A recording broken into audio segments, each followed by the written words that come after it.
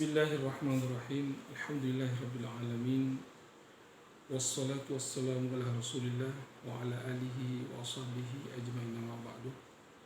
Syukur alhamdulillah kita diberi kesempatan kesehatan Allah Subhanahu wa taala sehingga pada saat ini pada hari kelima Ramadan tahun 2020 ini kita masih diberi kesempatan kesehatan oleh Allah Subhanahu wa taala untuk melaksanakan aktivitas puasa tersebut. Semoga kita selalu mendapatkan rahmat, hidayah, perlindungan dari Allah Subhanahu wa taala di tengah merebaknya COVID-19 ini. Amin ya rabbal alamin. Salawat dan salam kita haturkan kepada junjungan Nabi Sallallahu Muhammad Sallallahu Alaihi Wasallam. Semoga tercurah kepada beliau, kepada sahabatnya, dan kepada kita semua. Semoga di akhirat kelak kita mendapatkan syafaat beliau dan kita bersama-sama di surga Al-Firdaus. Amin ya rabbal alamin.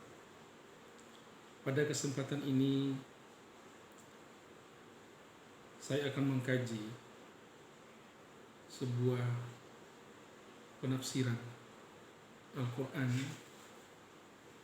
yang insya Allah saya akan mulai dari surah Al-Fatihah. Mudah-mudahan niat tulus sampai pada surah An-Nas di suatu saat nanti. Amin ya rabbal alamin.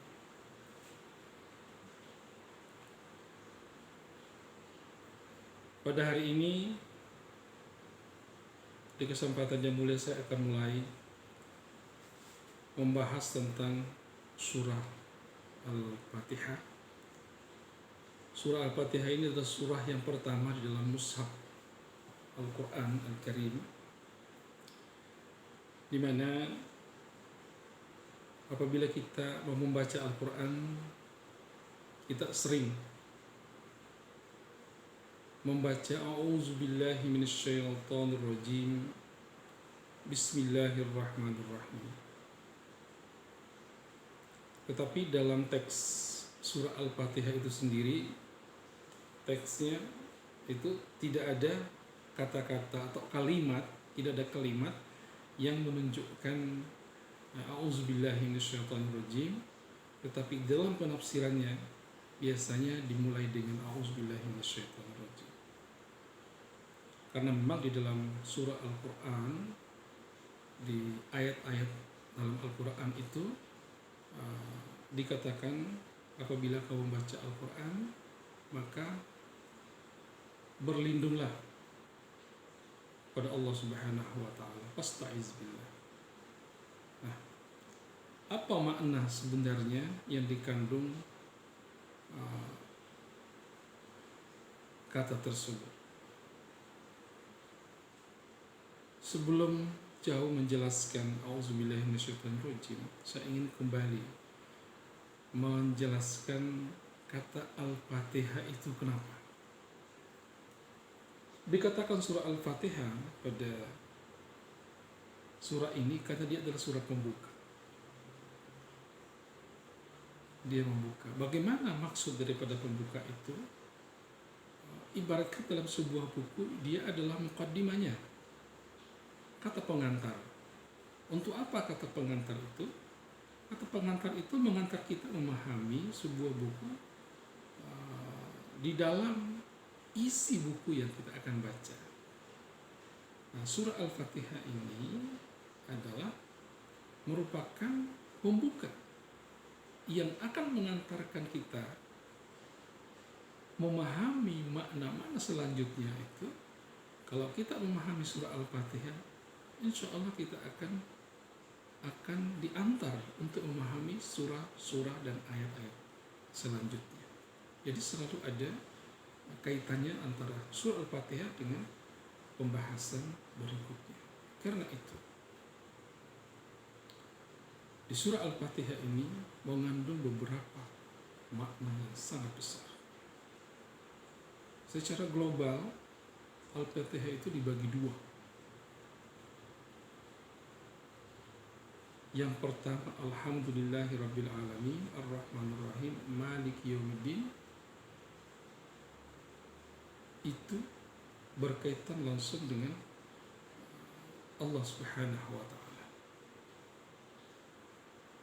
Kemudian untuk hambanya, Iyyaka na'budu wa iyyaka nasta'in ihdinas siratal mustaqim siratal ladzina an'amta 'alaihim ghairil maghdubi 'alaihim waladdallin. Nah, kali ini saya akan menafsirkan Quran ini secara global. Secara global saja, sehingga pemahaman pun saya sampaikan dalam bentuk yang global, meskipun tidak meninggalkan esensi daripada sebuah ayat Al-Quran. A'udzubillahi minasyaitonirrajim. Bismillahirrahmanirrahim itu artinya memohon perlindungan kepada Allah Subhanahu wa taala, sekaligus menuju Allah Subhanahu wa taala agar kita dilindunginya dari setan, syaitan yang jauh, yang diusir dari rahmat Allah Subhanahu wa taala. Untuk apa? Agar kita mendapatkan rahmatnya, kebaikan Allah, dan tidak mendapatkan kemudaratan dengan mengucapkan a'udzubillahi minasyaitonirrajim. Kemudian di surah ini ada Bismillahirrahmanirrahim. Bismillahirrahmanirrahim ini adalah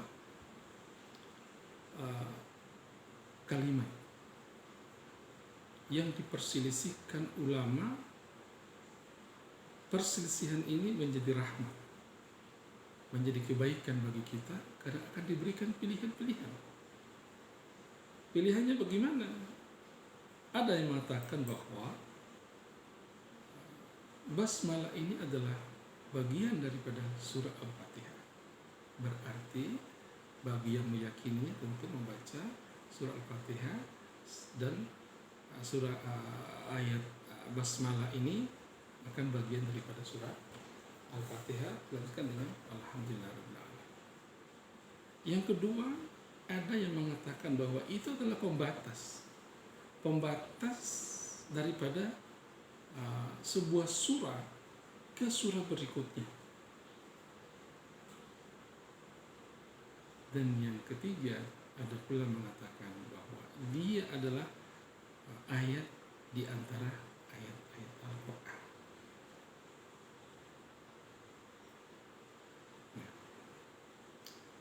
Kenapa Al-Fatihah? Kita membaca kenapa basmalah? Kita membaca basmalah ini agar kita selalu dekat kepada Allah Subhanahu wa taala, dan ini juga perintah hadis-hadis Nabi sallallahu alaihi wasallam. Jadi kalau kita mengerjakan sesuatu, maka hendaknya kita membaca basmalah. Setiap kali kita membaca Al-Quran, maka mulailah, atau pekerjaan, mulailah dengan membaca basmalah. Hikmahnya besar. Kenapa? Ada tiga rahmat Allah, ada tiga nama Allah yang ada dalam basmalah. Yang pertama adalah Allah, yang kedua adalah Ar-Rahman, yang ketiga adalah Ar-Rahim. Kenapa ketiga-tiganya ada ini? Allah, kalimat atau kata Allah ini, kalau kita urai satu persatu, maka kita akan mendapatkan kata, huruf-huruf itu selalu menuju ke maha yang satu. selalu menuju kepada Allah Subhanahu wa taala. Apa itu? Yang pertama, kalau kita melihat tulisannya Allahu ini, ya, Allahu ini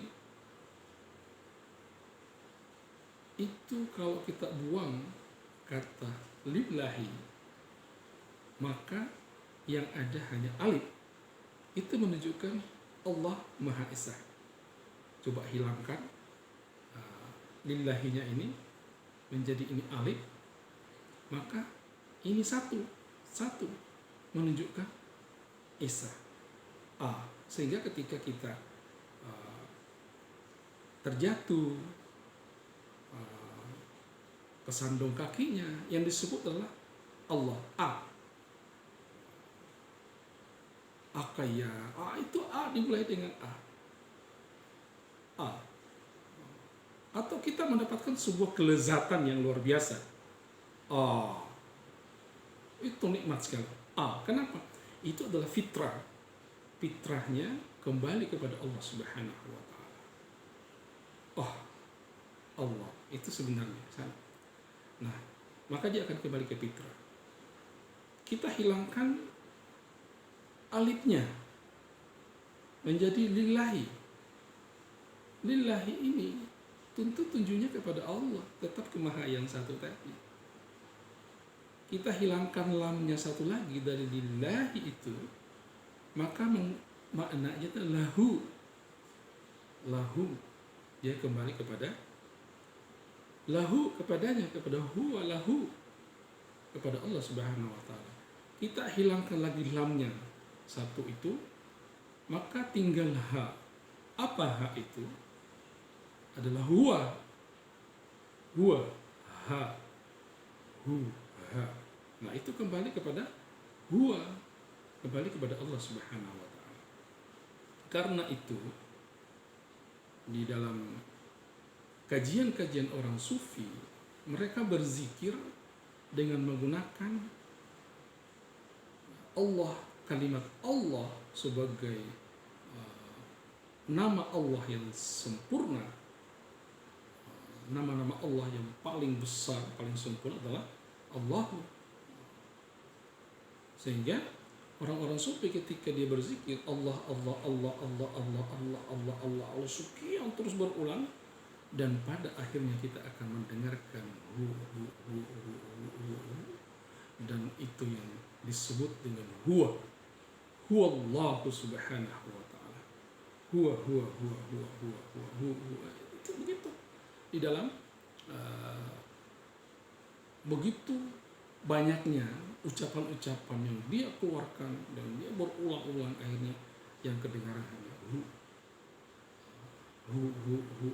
itu huwa Allah Subhanahu wa taala. Inilah kehebatan daripada nama Allah Subhanahu wa taala. Jadi ada mukjizat, ada rahasia yang dikandung dalamnya. Kalau kita bandingkan dengan yang lain, maka tidak ada apa-apanya. Kemudian Ar-Rahman Ar-Rahim, dua juga nama Allah, itu akan menghiasi nama Allah. Allah itu akan kembali ke sana. Apa itu Ar-Rahman? Ar-Rahman ini kalau kita mengkaji lebih dalam, maka dia maknanya adalah seakar rahim. Rahim itu adalah yang tempat kita ketika dikandung oleh ibunda kita, itu namanya rahim. Artinya bahwa Ar-Rahman Ar-Rahim ini dengan rahim itu betul-betul terjaga rahim, sehingga orang perempuan itu tinggi kasih sayangnya karena dia diberikan rahim oleh Allah Subhanahu wa taala yang mustaq, atau dia masih kolerasinya masih berhubungan dengan Rahman Rahimnya Allah Subhanahu wa taala. Jadi Ar-Rahman Ar-Rahim ini terkait dengan kasih sayang Allah Subhanahu wa taala. Ada yang mengatakan bahwa Ar-Rahman ini adalah kasih sayang Allah Subhanahu wa taala dunia, Ar-Rahim adalah kasih sayang Allah di akhirat. Ada juga yang mengatakan bahwa Ar-Rahman ini khususkan kepada orang-orang muslim, Rahimnya ini kepada orang-orang yang non muslim. Nah, ini adalah perbedaan. Nah, ini penafsiran para ulama yang ada seperti itu. Nah, jadi bismillahirrahmanirrahim, menyebut nama Allah yang Maha Pengasih dan Maha Penyayang ini, ulama memang membagi. Ada yang mengatakan bahwa memang itu adalah bagian dari surah Fatihah sehingga terus kita bacakan. Ada yang mengatakan itu bukan. Ada yang mengatakan itu jahar. Imam Syafi'i itu dia lebih ke jahar di sholat-sholat di mana sholat jahar. Kalau saat yang tidak dijahar, sholat duhur, asar, itu tidak dikeraskan juga basmalah. Jadi mengikuti. Ada memang mazhab juga yang tidak melakukan hal tersebut, dia dalam khofi saja, dia tersembunyi di dalam menyebutkan. Ada banyak alasan, tapi intinya bahwa ini adalah varian-varian dalam memahami teks-teks agama dan semuanya dibenarkan oleh Al-Quran maupun Sunnah. Jadi masih banyak hal yang kita akan kaji terkait dengan ini. Untuk kali ini saya cukupkan dulu. Terima kasih banyak. Assalamualaikum warahmatullahi wabarakatuh. Dan kita akan lanjut membahas Alhamdulillahirrahmanirrahim pada sesi berikutnya. Terima kasih. Assalamualaikum warahmatullahi wabarakatuh.